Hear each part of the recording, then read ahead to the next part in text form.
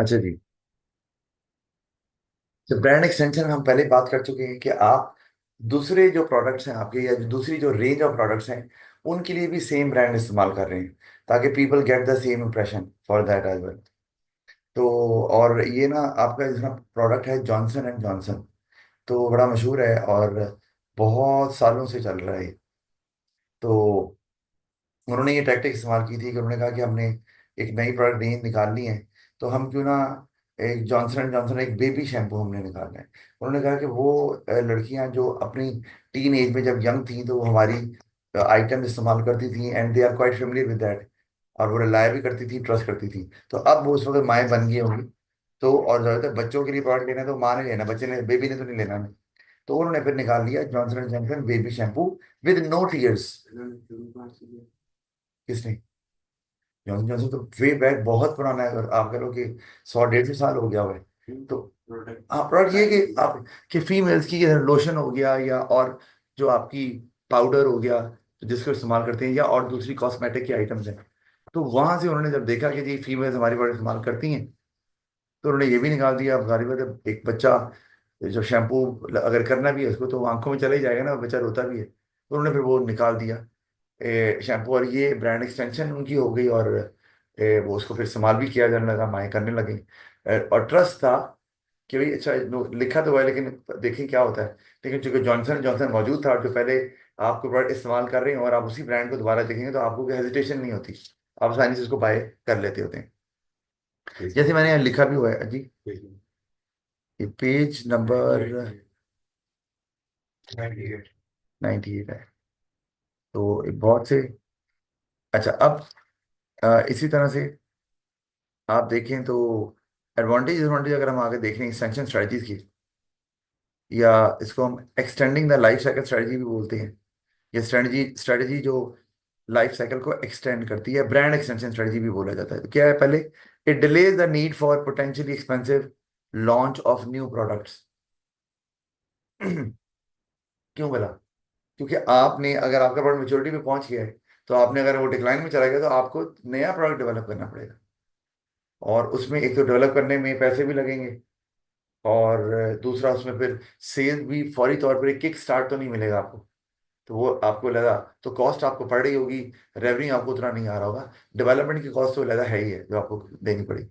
इसमें यह है कि आपको माइनर चेंजेस करके या अपनी प्रोडक्ट को एक डिफरेंट मार्केट सेगमेंट में आप अगर सेल करेंगे तो आपकी सेल जो है वो दोबारा से बढ़ना शुरू हो जाएगी। तो एक तो बगैर पैसे ज़्यादा खर्च किए हुए आप अपनी सेल्स को दोबारा से बढ़ा सकते हैं।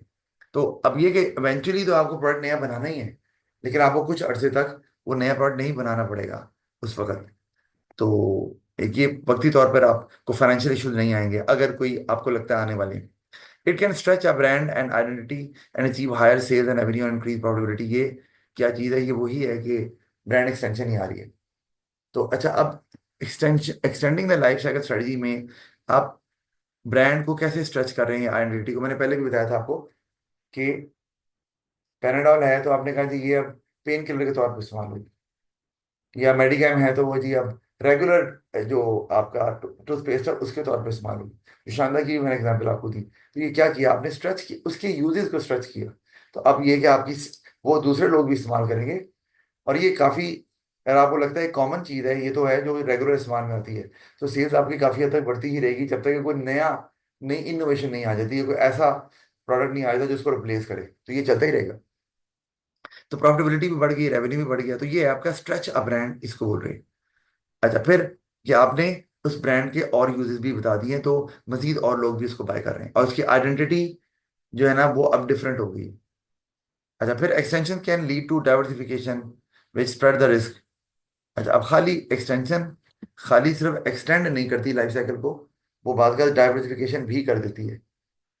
तो अब अगर जो मैंने आपको एग्जांपल दी है वो Johnson and Johnson baby shampoo की, तो वो देखा जाए तो ये एक्सटेंशन स्ट्रेटजी है कि आपने एक नई मार्केट सेगमेंट को टारगेट कर लिया। उसके साथ ही शैम्पू के साथ ही, शैम्पू पहले भी आ रहा है, बच्चों का भी निकाल दिया, तो नई मार्केट में आप चले गए। लेकिन अब ये क्या हुआ कि जैसे वहां लिखा हुआ है कि ये खाली सिर्फ आपकी लाइफ साइकिल को एक्सटेंड नहीं करेगी, आपका रिस्क भी स्प्रेड करेगी। भाई अगर चले एक शैम्पू जो रेगुलर शैम्पू है उसकी सेल्स कम भी हो गई, चले बच्चों का शैम्पू ज़्यादा इस्तेमाल हो रहा है, तो ये भी आपको, डाइवर्सिफिकेशन क्या होती है, जब एक कंपनी जो है वो एक से ज्यादा प्रोडक्ट में डील कर रहा है, तो एक प्रोडक्ट की सेल गिर भी गई तो आप उस एक प्रोडक्ट की सेल पे डिपेंडेंट नहीं है, तो आपको बाकी दूसरे प्रोडक्ट से सेल हो रही है, तो आप जो है ना वहां से उसका लॉस या उसकी जो फॉलिंग सेल है वो कवर कर रहे हैं। तो ये भी तो दो काम कर रही है। लेकिन ये तभी है ना जब आप ये नहीं कर रहे कि स्लाइड सी इंप्रूवमेंट लेके आ रहे हैं, आप एक नई मार्केट सेगमेंट में जा रहे हैं, या प्रोडक्ट में कोई चेंज, जब मैंने जो आपको बताया कुछ चेंज किया है जो दूसरे लोग भी उसको इस्तेमाल कर पा रहे हैं, या उसकी यूज को आपने बताया है कि ये मल्टीपर्पज यूज इसका हो सकता है। अच्छा, फिर it reduces the risk by exploiting the brand name successfully to enhance the consumer perception of brand value. बहरहाल ये भी कि अगर आपको लगता है कि ब्रांड की वैल्यू थोड़ी लो थी, तो आपने जरा उसको एनहेंस करने की कोशिश कर रहे हैं, लेकिन ऑफ कोर्स उसमें आपको चेंजेस तो करनी पड़ेंगी, वरना तो ब्रांड की वैल्यू एनहेंस नहीं होने वाली। तो कोई आपने फॉर्मूला ले आए, या उसकी पैकेजिंग ज़्यादा सॉलिड कर दी, ज़्यादा ड्यूरेबल है, ये हो सकता है। अच्छा, रिस्क क्या है जी, risk are high brand expansion. अगर ब्रांड एक्सटेंशन अगर आप कर रहे हैं, तो भाई फिर तो आ, वो लोगों को एक्सटेंशन स्ट्रेटजी लग रही है कि नहीं लग रही। आपने ब्रांड एक्सटेंशन की, नया ब्रांड निकाल लिया, लेकिन वो उस तरह का नहीं निकला। होता है अक्सर कभी, जैसे हम कहते हैं कि आपने एक मूवी बनाई, अच्छा अब नई मूवी है तो लोगों को नहीं पता यार कैसी होगी, हम नॉर्मली फीडबैक लेते हैं लोगों से, यार बता कैसी देखनी है। लेकिन आपको ये बताओ कि इस मूवी का सीक्वल है, और आपको पिछली मूवी पसंद है, तो आप ऑटोमेटिकली मूवी देखेंगे जरूर, कि यार ये देखनी जरूर है, यार हो सकता है वो भी वैसी हो। जनरली नहीं होती वैसे, जो आप परसेप्शन लेके जाते हो। लेकिन अब उससे ये है कि जब आप देख लेते हो तो नहीं यार, वो मज़ा नहीं आया।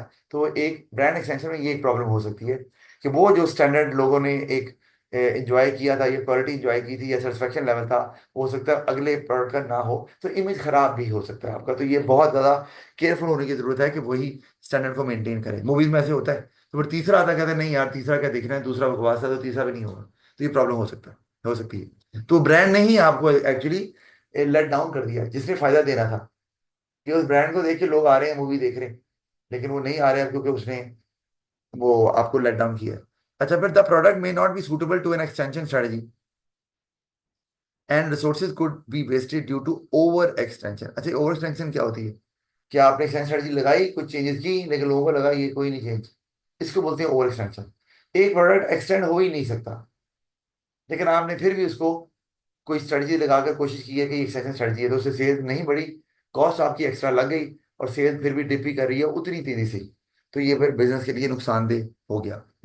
अच्छा, क्योंकि आप ऐसा कुछ चेंज कर रहे हैं जो इतना नोटिसेबल ही नहीं है कंज्यूमर के लिए, उसको कोई चेंज नजर ही नहीं आ रहा, आपके कहने से थोड़ी मानेगा, उसको तो नजर आए। अच्छा, फिर there is high rate of failure for extending, या जो ब्रांड को स्ट्रेच कर रहे हैं। आप भाई एक किसी खास किस्म के प्रोडक्ट में बहुत ज्यादा एक्सपर्ट हैं, तो जरूरी तो नहीं है कि आप सब में ही हो, हमने पढ़ा भी हुआ है, इकोनॉमिक्स में ही पढ़ा है ना, रिसोर्सेज हर चीज में तो उतने एक्सपर्ट नहीं होते कि उतनी अच्छी चीज बना सके। तो आपने स्पेशलाइजेशन की हुई है एक खास किस्म के प्रोडक्ट में, तो आप दूसरे भी बना रहे हैं, तो वो फिर अप टू द मार्क नहीं है। तो अगर हम कहें तो आप बुंदू खान कभी जाएं तो बुंदू खान में उतना रश नहीं होता जितना गोरमे में होता है, जबकि रेस्टोरेंट उनके खचाखच भरे होते हैं और प्राइस भी ज्यादा होती है। कभी विजिट किया है बुंदू खान की बेकरी, तो कभी भी रश नहीं लगा था वहाँ। इससे मतलब लोगों को भी लगता है कि यार ठीक है, इनकी वैरायटी उतनी नहीं है जितनी कि गोरमे के पास है, और ठीक है बस वो जो गोरमे की क्वालिटी इनकी भी वैसे ही है। लेकिन गोरमे रेस्टोरेंट जो है ना वो भी अच्छा है अगर देखा जाए तो, लेकिन बुंदू खान का मुकाबला फिर भी नहीं है अगर आप जाए, इसलिए उसकी प्राइस नहीं होता है ना। तो वही ना, तो ब्रांड एक्सटेंशन की उन्होंने कि अच्छा, हम ये एग्जांपल उसी की दे रहा हूँ कि ब्रांड स्ट्रेच कर रहे हैं, लेकिन उसकी चांसेस ज्यादा हैं क्योंकि लोग उस ब्रांड के साथ एक सर्टन स्टैंडर्ड को एसोसिएट कर लेते हैं, और फिर जब वो मीट नहीं होता तो लोग कहते हैं नहीं भाई, हम नहीं जाएंगे। हमेशा खाली ही होता है, मैंने तो कभी देखे, जब भी मैं गया हूँ जाता जरूर हूँ। हाँ, ये कि आइटम अच्छी होती है उनकी, ऐसा नहीं कि अच्छी नहीं होती, लेकिन बहरहाल लोगों को जिस जो पहले जहाँ से ले रहे हो कह रहे हैं वही वही ठीक है। तो इतनी क्वालिटी नहीं है कि हम कहेंगे इसके पास जाएं, या उस रेस्टोरेंट वाली क्वालिटी नहीं है। It can cause uncertainty in the mind of the consumer about the ready already perceived, ये मैं बता चुका हूँ ऑलरेडी, उसी में कवर हो रहा है। तो हम आप देख रहे हैं डायग्राम में क्या हो रहा है, कि वो मेच्योरिटी पे पहुंची और मेच्योरिटी से सेल डिप करने के बजाय दोबारा से ऊपर चली गई है। तो अब usages of the product cycle भी अगर हम देख लें, ये मैंने वैसे तो आपको पहले बताया है, लेकिन मैं जल्दी से इस पे बात कर लेता हूँ, और हम आगे बैलेंस प्रोडक्ट पोर्टफोलियो की भी बात करें, वो पहले बल्कि कर लेते हैं।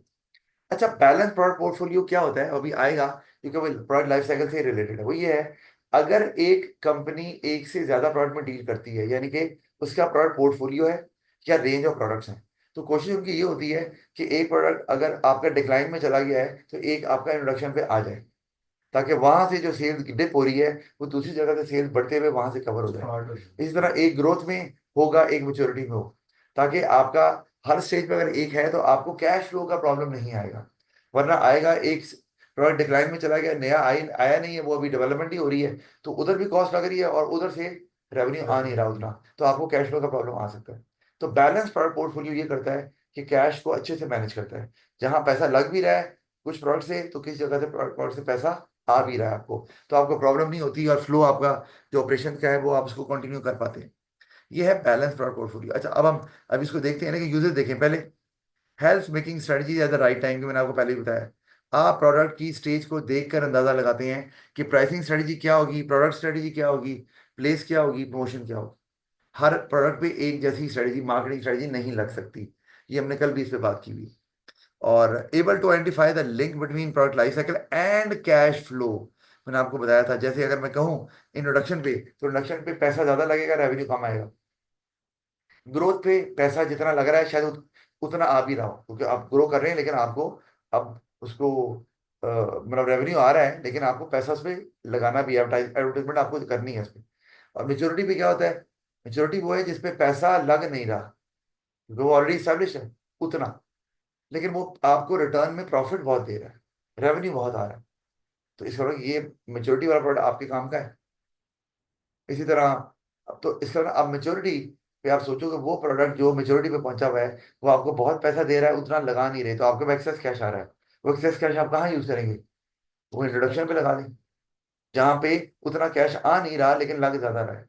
तो इस तरह से आप आसानी से मैनेज कर सकते हैं अपने कैश फ्लो को भी, जो मैंने बताया इफेक्टिव कैश फ्लो मैनेजमेंट यही है। और कैश फ्लो प्रॉफिट से ज्यादा इंपॉर्टेंट होती है।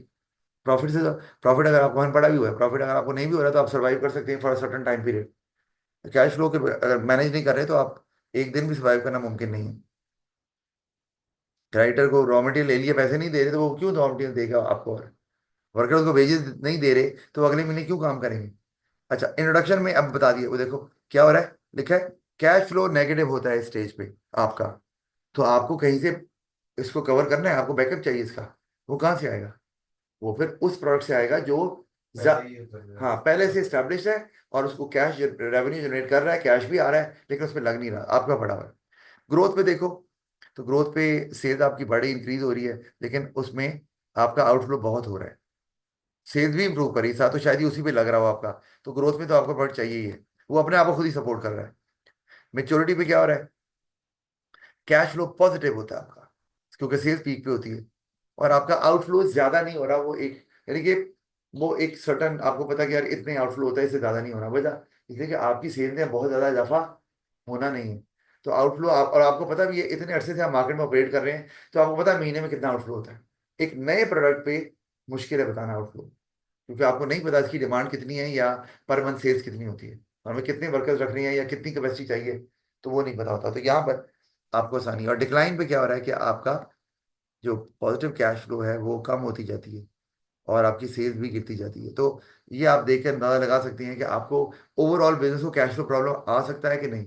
वो तभी आएगा जब आपकी हर स्टेज पे एक प्रोडक्ट मौजूद नहीं है। अगर अभी नीचे देखें तो उसके लिए business product portfolio, balance product portfolio concept है जिसको यूज करती हैं। इससे क्या होता है, आपका कैश फ्लो भी बैलेंस रहता है, मैंने अभी बात की है। अभी देखो क्या लिखा है, there should be product at every stage to maintain the same level of cash flow. फिर a product at maturity can support the other product in the introduction stage, ये मैं बता चुका हूं पहले आप। A declining sales of the product may be replaced by rising sales of a product in the introduction stage to keep the production at the same level and use up factory capacity effectively। ये क्या मतलब है? आपकी एक product decline कर रहा है, उसकी सेल गिर रही है, तो आप वो नहीं बनाएंगे। जब नहीं बनाएंगे तो फैक्ट्री तो वही है ना भाई, रेंट तो पे कर रहे हैं, मजदूरों को भी पे कर रहे हैं, बिजली का बिल भी दे रहे हैं, तो ये आपकी ओवरहेड है, वो तो देनी ही देनी है। इसका मतलब है ओवरहेड आपकी कम यूनिट्स में स्प्रेड होगी। जब ओवरहेड कम यूनिट में स्प्रेड होगी तो आपकी एवरेज कॉस्ट बढ़ जाएगी। आप 10,000 किराया दे रहे हैं पर किसी बिल्डिंग का, और चीजें बना रहे हैं 10 ही, तो आप जब उन चीजों पे डालेंगे, हमने पढ़ा भी है कॉस्ट कैसे चार्ज करते हैं, तो हर प्रोडक्ट की कॉस्ट ज्यादा हो जाएगी। लेकिन अगर आप 10,000 रेंट दे रहे हैं और चीजें भी 10,000 बना रहे हैं, तो फिर तो 1-1 रुपये आएगा ना हर चीज पे, तो आपकी एवरेज कॉस्ट कम रहेगी उस केस के अंदर। अच्छा ये चीज है। तो दो चीजें जो मैंने आपको बता दी हैं, एक ये कि आपका प्रोडक्ट अगर एक इंट्रोडक्शन स्टेज पे है तो उसको कैश चाहिए ज्यादा, तो आपका एक प्रोडक्ट लाजमी कहाँ होना चाहिए, मेच्योरिटी। इस तरह अगर आपका एक प्रोडक्ट डिक्लाइन में है तो लाजमी एक प्रोडक्ट इंट्रोडक्शन स्टेज पे भी होना जरूरी है, ताकि आपकी एवरेज कॉस्ट जो है ना वो मेंटेन रहे, बढ़े ना। अच्छा, और ये नीचे आपको क्या नजर आ रहा है डायग्राम में, अगर आप गौर करेंगे, ए का जो प्रोडक्ट है ये पहले इंडक्शन पे जा रहा है, ग्रोथ पे गया, मेच्योरिटी पे गया, और फिर डिक्लाइन पे पहुंच गया। बी, तो ये डिक्लाइन पे पहुंचा हुआ है। बी को क्या हो रहा है, बी इंडक्शन, ग्रोथ और मेच्योरिटी पे पहुंचा हुआ है। जो सी है वो इंडक्शन और ग्रोथ पे पहुंचा हुआ है, और डी जो है वो अभी इंडक्शन पे ही है। तो ये इस तरह से आपने कहा है कि आपका अगर एक एक प्रोडक्ट आपने प्लेस कर लिया इस तरह से, तो फिर आपको प्रॉब्लम नहीं होगी, कैश फ्लो का प्रॉब्लम भी नहीं आएगा, कॉस्ट भी नहीं बढ़ेगी आपकी, और प्रॉफिट भी आप मेंटेन कर पाएंगे इस तरह से। अच्छा, अब इसी पे बेस्ड हमारे पास बोस्टन मैट्रिक्स भी है, इंपॉर्टेंट है ये, क्योंकि आपको आ भी सकती है, क्योंकि ये A2 में होता था पहले, इसको उन्होंने उठा के 2023 से AS में डाल दिया, और चूंकि आपने बिल्कुल भी पढ़ा नहीं हुआ, बोस्टन मैट्रिक्स भी प्रोडक्ट पोर्टफोलियो एनालिसिस पे ही पोर्टफोलियो एनालिसिस पे ही बेस्ड है। अच्छा, एक टर्म मैं यहाँ पे बोल रहा हूँ, प्रोडक्ट पोर्टफोलियो समझा रहा है, पोर्टफोलियो एनालिसिस ये क्या होता है। पोर्टफोलियो एनालिसिस ये है कि भाई हमारे पास कितने प्रोडक्ट हैं और वो मार्केट में कहाँ कहाँ स्टैंड कर रहे हैं, या आप, प्रोफिटेबिलिटी क्या है? हाँ, प्रोफिटेबिलिटी क्या है, किसको सपोर्ट करने की जरूरत है, कौन सा है जो कि दूसरे को सपोर्ट कर सकता है, जैसे हमने अभी बात की। किसकी एडवर्टाइजमेंट ये उन्हीं कैसे? को डील करेगा, ये उन प्रोडक्ट को देखेगा, इसलिए उन प्रोडक्ट को नाम दिए हुए हैं, अभी हम देखते हैं। लेकिन पोर्टफोलियो एनालिसिस किए बगैर आप कभी भी इफेक्टिव मार्केटिंग स्ट्रेटजीज नहीं बना सकते, क्योंकि हमने पढ़ लिया है कि हर प्रोडक्ट के लिए जो मार्केटिंग स्ट्रेटजी बनेगी वो डिफरेंट होगी, डिपेंडिंग अपॉन कि वो प्रोडक्ट में कहाँ पे स्टैंड कर रहा है। तो ये पोर्टफोलियो एनालिसिस की एक टेक्निक है जिसको हम यूज कर सकते हैं ताकि मार्केटिंग स्ट्रेटजी बना सके। अच्छा, इसमें दो वेरिएबल्स को इस्तेमाल किया जाता है, कौन कौन से, ये देखिए, मार्केट शेयर और मार्केट ग्रोथ। दो, मार्केट शेयर और मार्केट ग्रोथ में आपको फर्क पता है। मार्केट शेयर तो यही है ना कि मार्केट में जितनी सेल हो रही है उसमें से आपकी प्रोडक्ट कितनी सेल हो रही है, सेल हो रही है। मतलब अगर 1000 गाड़ियां बिक रही हैं, 600 आपकी बिक रही हैं, तो आपका मार्केट शेयर 60% है। 600 sales of the business divided by total market sales, वो कितनी, 1000 × 100। तो आपका ये तो है। मार्केट ग्रोथ क्या है कि आपके प्रोडक्ट की डिमांड बढ़ रही है, उसके कस्टमर ज्यादा हो रहे हैं, या अवेयरनेस बढ़ रही है, जो पहले नहीं ले रहे थे वो ले रहे हैं, लेकिन डिमांड बढ़ रही है, तो आपके पास अब पोटेंशियल है टू अर्न मोर प्रॉफिट, तो आपको एक्सपेंड करना है फिर उस केस में। अच्छा, ये दो वेरिएबल ले लें, ठीक है। अब हम जरा इसका देख लें, ये ये ग्रिड है और इसमें 4 क्वाड्रेंट आपको नजर आ रहे हैं। अब ऊपर आपने देखना है, इसको समझ लेना अच्छे से। ऊपर मार्केट शेयर लिया हुआ है, नीचे मार्केट ग्रोथ लिया हुआ है।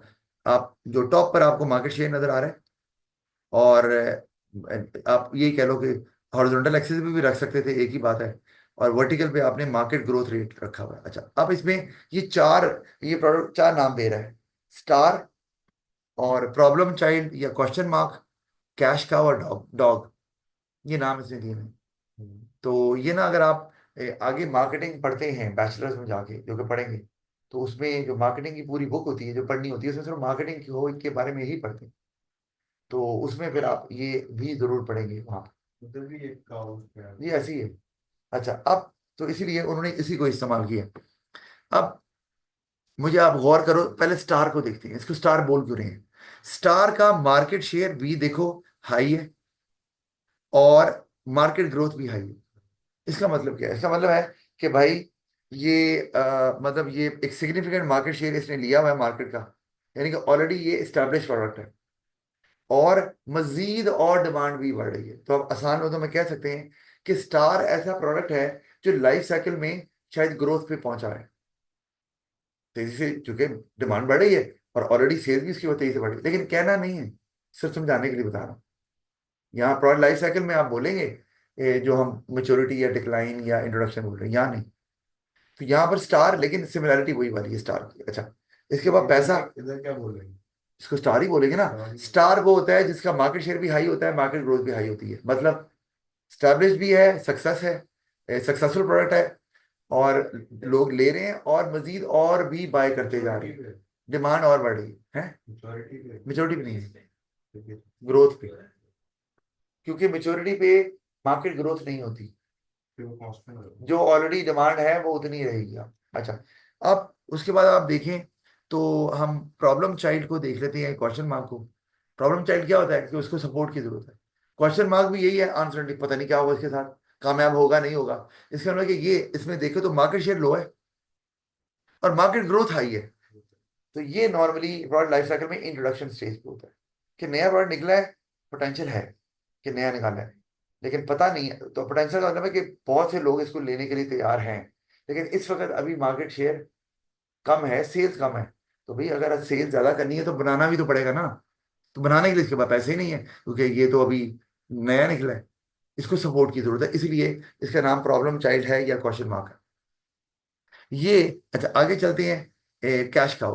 कैश काउ नजर आ रहा है नाम से, गाय दूध आपको दे रही है, पैसे बना के दे रही है, कैश वाली काउ है ये। वो अब इसमें देखो मार्केट शेयर क्या है, हाई, और मार्केट ग्रोथ क्या है, लो।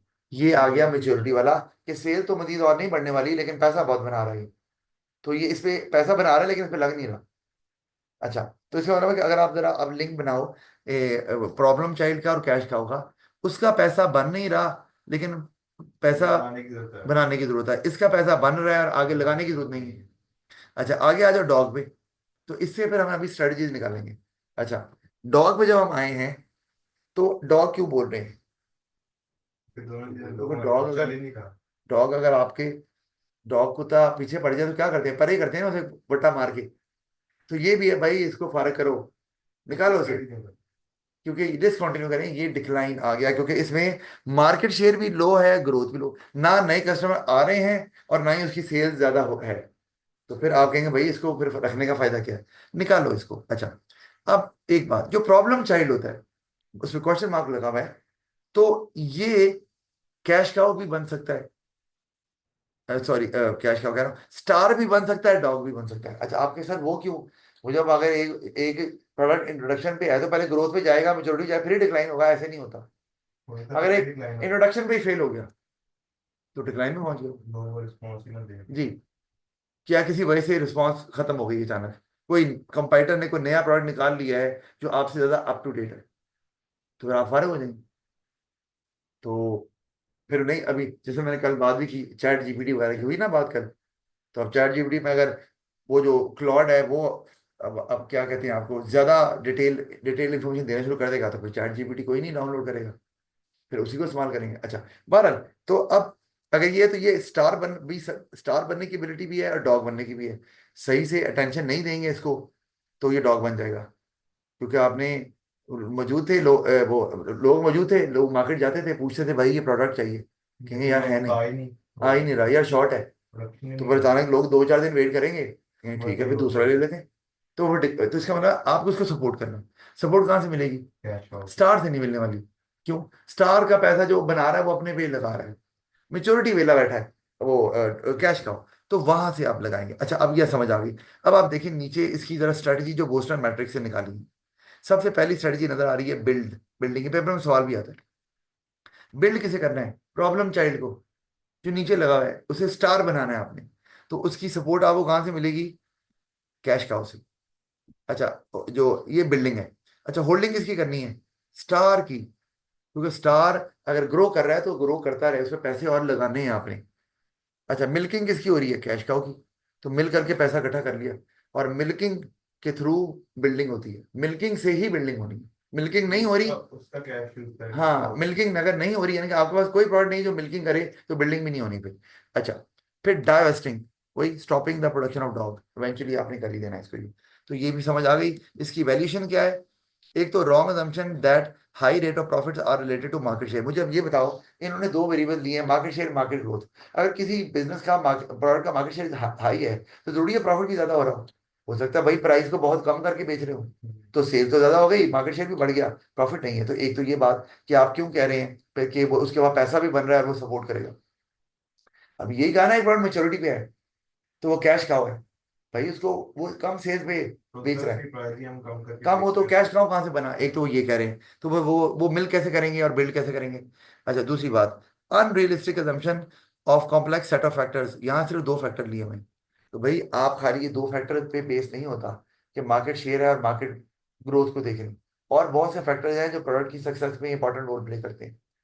कि प्रोडक्ट की हम जैसे कहते हैं परफॉर्मेंस है वो इम्प्रूव कर रही है नहीं कर रही है, प्रोडक्ट की क्वालिटी है वो इम्प्रूव कर रही है नहीं कर रही है, और भी प्रोडक्ट की कॉस्ट है वो भी है। तो वहां पे सिर्फ दो चीजों को लेकर वो कह रहे हैं कि अच्छा ये हो रहा है तो हम बनाएंगे। तो ये आप अगर प्रोडक्ट को इम्प्रूव नहीं कर रहे तो आगे जाकर प्रोडक्ट ने डिप कर जाना है। तो एक तो ये कि दो खाली वेरिएबल फैक्टर वो फैक्टर्स क्यों लिए हुए हैं और फैक्टर्स को इग्नोर क्यों किया हुआ है। It is of little use in predicting future success और फेलियर। ये सिर्फ करंट सिचुएशन के बारे में बताता है, आज ये है, आगे क्या होगा नहीं पता। स्टार जो है वो मेच्योरिटी पे गया ही नहीं, डिक्लाइन पे चला गया। वो तो आपकी डिपेंड करता है, क्योंकि हमने पढ़ा था कि जो बिजनेस का एक्सटर्नल एनवायरनमेंट होता है, यानी कि वो एनवायरनमेंट जिसपे बिजनेस का कोई कंट्रोल नहीं होता, और उसमें क्या क्या चीजें आती हैं, कंपटीशन है, गवर्नमेंट है, उसकी पॉलिसीज हैं, रेगुलेशंस हैं, एक्शन हैं, कंज्यूमर्स हैं, इकोनॉमिक कंडीशन है। तो इन पे आपका कंट्रोल नहीं है, तो उसमें अगर ऐसी चेंजेस आ रही हैं तो आप एकदम से, टेक्नोलॉजी हो सकता है। हाँ टेक्नोलॉजी। टेक्नोलॉजी बिल्कुल हो सकता है, क्योंकि उस पर भी आपका कंट्रोल नहीं है, इंप्रूवमेंट आ रही है। तो अब एआई अगर आ रहा है तो आप एआई की असिस्टेंस नहीं ले रहे तो फिर आप पीछे रह जाएंगे ना। कोई भी काम हो, आपका हॉस्पिटल है वहाँ एआई है, दूसरों में नहीं है, लोग तो वहीं जाएंगे एआई वाले के पास। आपका स्कूल है वहाँ टीचर्स एआई को यूज करते हैं, बाकी नहीं करते, तो कहीं यार नहीं इधर ही बस यही होने वाला है आगे तो। अच्छा, तो अब उससे क्या हो रहा है, आप फिर फ्यूचर बोस्टन मैट्रिक को देख के यार हम तो कामयाब चल रहे हैं, और आप उसके बेस पे कहीं फ्यूचर में भी कामयाब हो गए, ये नहीं हो सकता। तो बोस्टन मैट्रिक स्टैटिक नेचर का है, स्टैटिक मतलब प्रेजेंट सिचुएशन के बारे में तो बता देगा, आगे क्या होगा नहीं बताएगा। तो ये आपको फिर खुद ही फोकास्ट करना पड़ेगा, देखना पड़ेगा। तो ये एक और ऐसा मैं बता रहा था, एक्सटर्नल एनवायरनमेंट जो डायनेमिक है, लोगों का बाइंग पैटर्न तेजी से चेंज होता है, टेक्नोलॉजी तेजी से चेंज होती है, गवर्नमेंट की पॉलिसीज भी तेजी से चेंज हो रही हैं, इकोनॉमिक कंडीशन चेंज हो रही, तो फिर वहां पर ये काम नहीं करने वाली, पॉलिटिकल सिचुएशन। वो चेंज हो रही है। तो आप जो मर्जी खाओ कैश बनाते रहे, आगे जाके वो रहना ही नहीं है वो वाला काम। तो ये एक इसका और बड़ा ड्रॉबैक है नजर आता है। अच्छा, फिर ये देख लें कि वो कौन से फैक्टर हैं जो लाइफ साइकिल पे अफेक्ट करते हैं, मतलब क्या, वो कौन से फैक्टर हैं जो लाइफ साइकिल को लंबा कर देते हैं। मैं ये एक्सटेंशन की बात नहीं कर रहा, वो तो ठीक, एक तो फैक्टर है एक्सटेंशन अच्छी लगाएंगे, लगती होगी, ओवर एक्सटेंशन की बात नहीं कर रहा। एक्सटेंशन लगती होगी, लगाई इफेक्टिव थी, बढ़ गई, लाइफ साइकिल लंबी हो गई, नहीं लगाई छोटी हो गई, ये तो चलो फैक्टर है। इसके अलावा भी फैक्टर है, जैसे मैंने आपको बताया अभी कि जी। तो ये एक्सटेंशन स्ट्रेटजी होगी अगर, जैसे जॉनसन का बेबी शैम्पू आता था पहले, उसके बाद वो उसका बेबी शैम्पू निकाल दें, टीयर वो जो आप कह रहे थे, तो ये एक्सटेंशन स्ट्रेटजी एक्सटेंशन होगी। स्ट्रेटजी है। अच्छा, अब ये तो वो भी चलना शुरू हो गया, वो भी बिक रहा है आपका। अच्छा अच्छा, अब ये ना, तो मैंने आपसे जो कहा कि आपने इम्प्रूव्ड वर्जन निकाल दें या आप दूसरे मार्केट सेगमेंट्स को टारगेट कर लें, तो वो एक्सटेंशन स्ट्रेटजी में आ गई। यही किया ना कि वो लड़कियों के बजाय उन्होंने अब लड़कियों के साथ साथ बच्चों को भी टारगेट कर लिया, तो एक नई market segment, product almost similar है, थोड़ा बहुत चेंज किया होगा जो भी, तो ये एक्सटेंशन स्ट्रेटजी में ही आएगा। अच्छा, अब आप देखें, पेप्सी को 150 150 सालों से चल रही है, क्योंकि उसकी नेचर ऐसी है। ईटेबल्स या आपके कोई ड्रिंक्स हैं, तो वो लोग कभी भी पसंद नहीं करते कि उसका उसको चेंज किया जाए। कपड़ों में, जूतों में, गाड़ियां और जितनी चीजें, आप नई से नई चीज चाहते हैं, नए डिजाइन की, नए मॉडल की, लेकिन इन चीज में नहीं चाहते।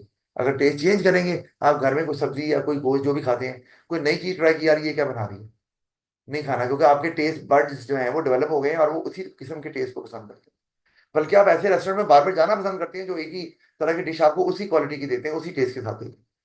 तो वो उनकी लाइफ साइकिल लंबी होगी। लेकिन अब आप ले लें, आपके पास ना एक जमाने में डिजिटल कैमराज होते थे, वो छोटे छोटे, यू क्लिक करते थे और वो आती थी, उनकी पता नहीं आएगा गएगा पता ही नहीं चला।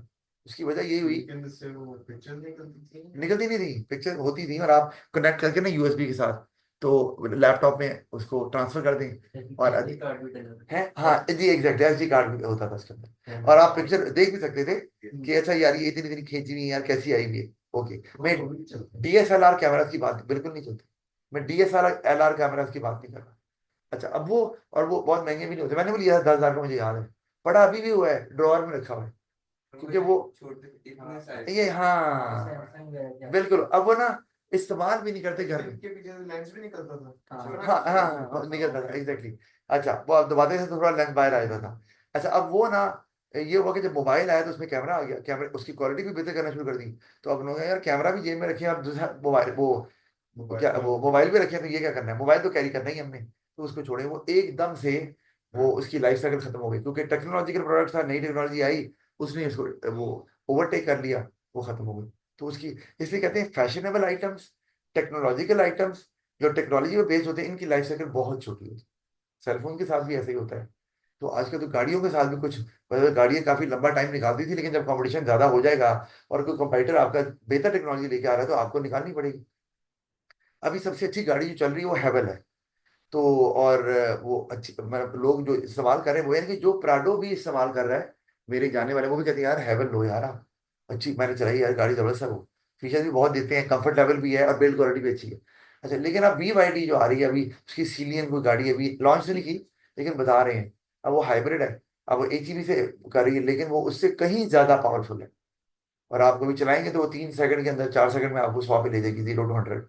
अब वो मार्केट में आएगी, अगर उसने वही, उसका प्राइस ब्रैकेट भी तो दो। मैं वही कह रहा, अगर अभी लॉन्च नहीं किया ना, अगर प्राइस ब्रैकेट वही आती है, मैं तो अंदाजा ही लगा रहा हूँ, अगर वही आती है तो फिर फिर आपकी वो हेवल डाउन, मार्केट डाउन हो जाएगी, उनको भी फिर ये कि इम्प्रूव करना पड़ेगा, या तो एक्सटेंशन स्ट्रेटजी लगानी पड़ तो जाएगी। महंगी होगी।